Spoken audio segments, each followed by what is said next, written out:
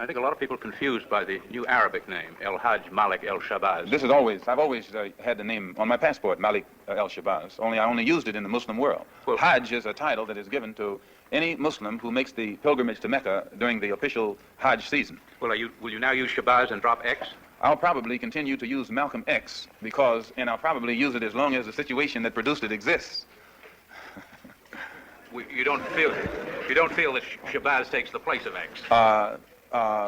My going to Mecca and going into the Muslim world, into the African world, and being recognized and accepted as a Muslim and as a brother may solve the problem for me personally. But I personally feel that my personal problem is never solved as long as the problem is not solved for all of our people in this country. So I remain Malcolm X as long as there is a need to protest and struggle and fight against the injustices that our people are involved in this country. Are you prepared to go into the United Nations at this point and ask that charges be brought against the United States for its treatment of American Negroes? Oh, yes. Please.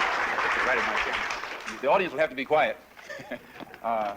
Yes, as I pointed out when I was during my traveling, that African nations and Asian nations and Latin American nations look very hypocritical when they stand up in the United Nations condemning the racist practices of South Africa and that which is practiced by Portugal and Angola, and saying nothing in the UN about the racist practices that are manifest every day against Negroes in this society. Even in South Africa, those Africans aren't faced with bayonets and aren't faced with police dogs. I would be not a man.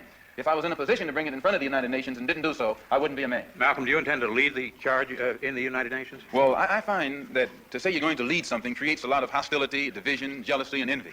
I hope to work with any group of leaders or any group of organizations to do whatever is necessary to see that this problem is brought before the United Nations. Have you had any commitments from any nations in Africa to support you in this move? I would rather not say at this time.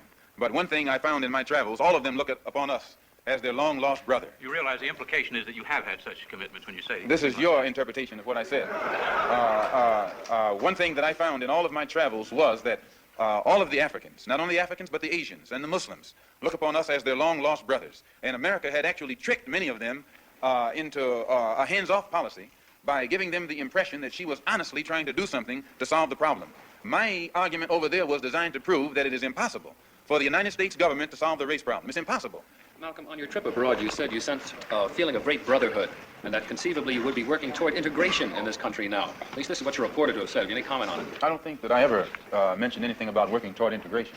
They haven't even got integration right here in New York City. You have worse integration problems in the North than they have in the South. So if it doesn't work, if you can't bring about integration in New York City as international, cosmopolitan, up-to-date as it's supposed to be, you will never get integration anywhere else in the country. Are you prepared to work with some of the leaders of the other civil rights organizations? Certainly. We will work with any groups, organizations, or leaders in any way, as long as it's genuinely designed to get results. Does your new beard have any religious significance?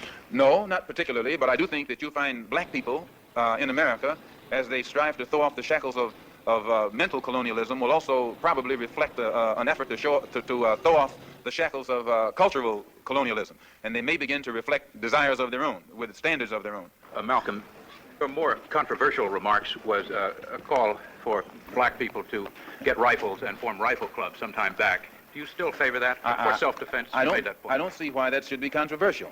I think that if white people found themselves the victim of the same kind of brutality that black people in this country face, and they saw that the government was either unwilling or unable to protect them, that the intelligence on the part of the whites would make them get some rifles and shotguns and protect themselves. Now, Negroes are developing some kind of intellectual maturity too, and they can see that having waited upon the government to protect them has been a weight that has been in vain. So any of them who live in areas where the government is not able to do its job, then we do have to get together and do a job of protecting ourselves.